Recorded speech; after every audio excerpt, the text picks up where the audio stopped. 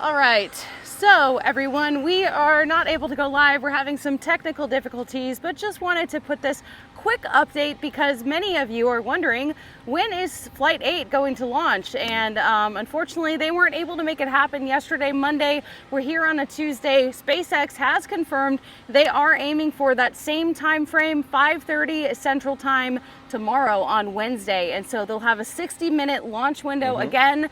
And Joe also has some information that he thinks that they're pretty confident they've found what the issue is as well as a solution. Right, well, as you can see right behind us, they're working on the ship right now. They did do the Destack, and it seems like most of the issue had to do with the ground support equipment, that pneumatic system that they used to do the spin up of the motors, the turbines, before the engine light. And they were having a pretty big leak. Elon Musk had put out something yesterday about 20 bar, about 300 PSI low. So it's just not enough for them to do it, to spin up the engines correctly. And so they were unable to get that fixed. Now, over last night and through this morning, they did a lot of checks, and they think that they have isolated what that issue is. They decided to go ahead and do the Destack anyway. Good training, good opportunity to check everything. And as you can see, the ship is near the ground, so it's a lot easier for them to get up to where that quick disconnect for the ship and also where the booster is, just to make sure everything is connected. So seems like they are pretty confident for tomorrow.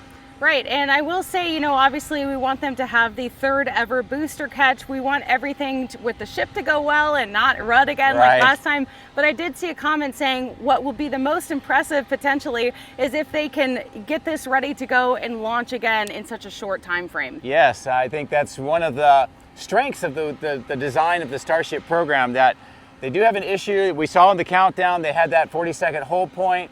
They're able to troubleshoot, make a decision, and as soon as they made that decision that they're not going to go, they quickly got into the detaking, got the ship down, and they're really working it quick. And I have to say, for selfish reasons, I am happy that it looks like it's going to be clearer skies tomorrow. So yesterday it was pretty brutal. Yes. I think we would have only heard it and not really seen much had it gone. I mean, maybe once it had, you know, gotten really high up there, but it was very foggy yesterday, and so that's something that can be on our side. Also, you said the weather just in general looks a little better tomorrow. Yeah, it's going to be mostly blue skies, very similar to what we're seeing today, maybe even less clouds. The wind's going to be much less. I mean, you can see Ellie's hair is not blowing around so much, and this is actually pretty calm here. For Boca Chica, this is This is nice. This is paradise. Yep, temperature's going to be about 70 degrees. The winds on the ground and aloft look pretty good too. So it looks like Mother Nature's really cooperating for tomorrow. Absolutely. And you know what? I am surprised that it is still so empty out here, and potentially that's because it's just a work week and this launch has changed the date so many times, but that's the nature of the game. There's scrubs, there's delays, but we are basically the only ones out here right now on the mud flats. And one thing that's new that I've noticed, wasn't here last time, was this very much reinforced keep out barrier.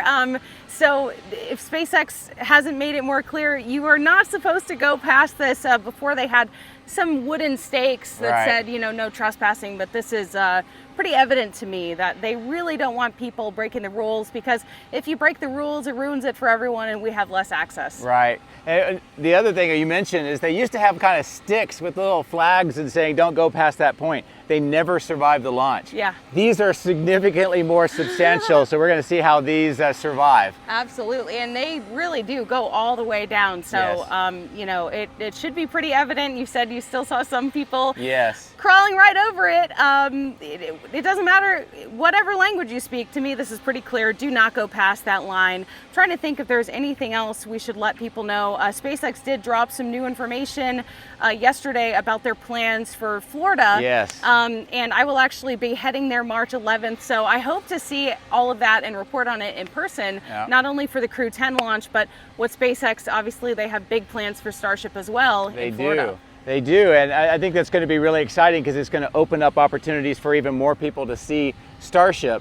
And they're going to probably have 2 towers out there launching a lot. We have 2 towers here, and we'll see if they hold to their timelines, but they talked about maybe launching a Starship there later this year, which would be really amazing. Yeah. And another thing that they said, which is really kind of interesting, because there's been a lot of discussion about, well, they have the production facility here, but that's over in Florida. What do they do with the ships and the boosters? And and they actually said that they're going to barge them over to Florida from here Wow. until they get those operations up and running.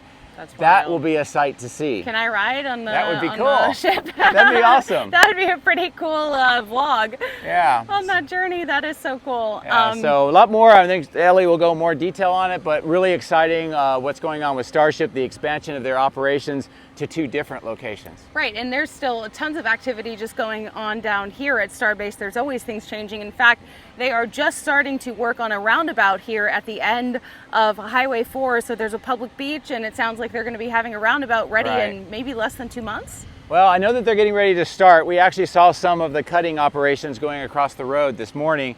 Hopefully in the next week or 2 we'll see that construction. I think in the short term it's going to be more disruptive because it's just really hard to get to the beach and everything. It's very loud. But once it's done, it's going to help not only with public traffic, but also all of the vehicles that come in to do the cryogenics, bring in the liquid oxygen, nitrogen. They'll have a place to turn around. It's a lot more safe than what we have here. Absolutely. Well, that's all I can think of for now. I think that's a pretty solid update, and hopefully we can light this candle tomorrow on Wednesday. Anything else? We're going to try to do that live stream on your channel, and I'm sure Ellie will send out the link to that pretty soon.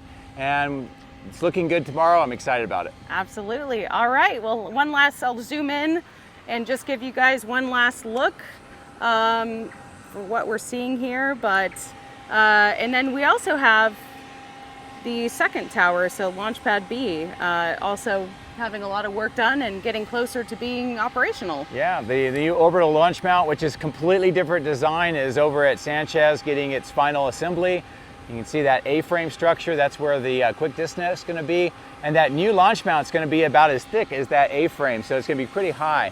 And it'll be much more survivable and more rapidly reusable than what we have today.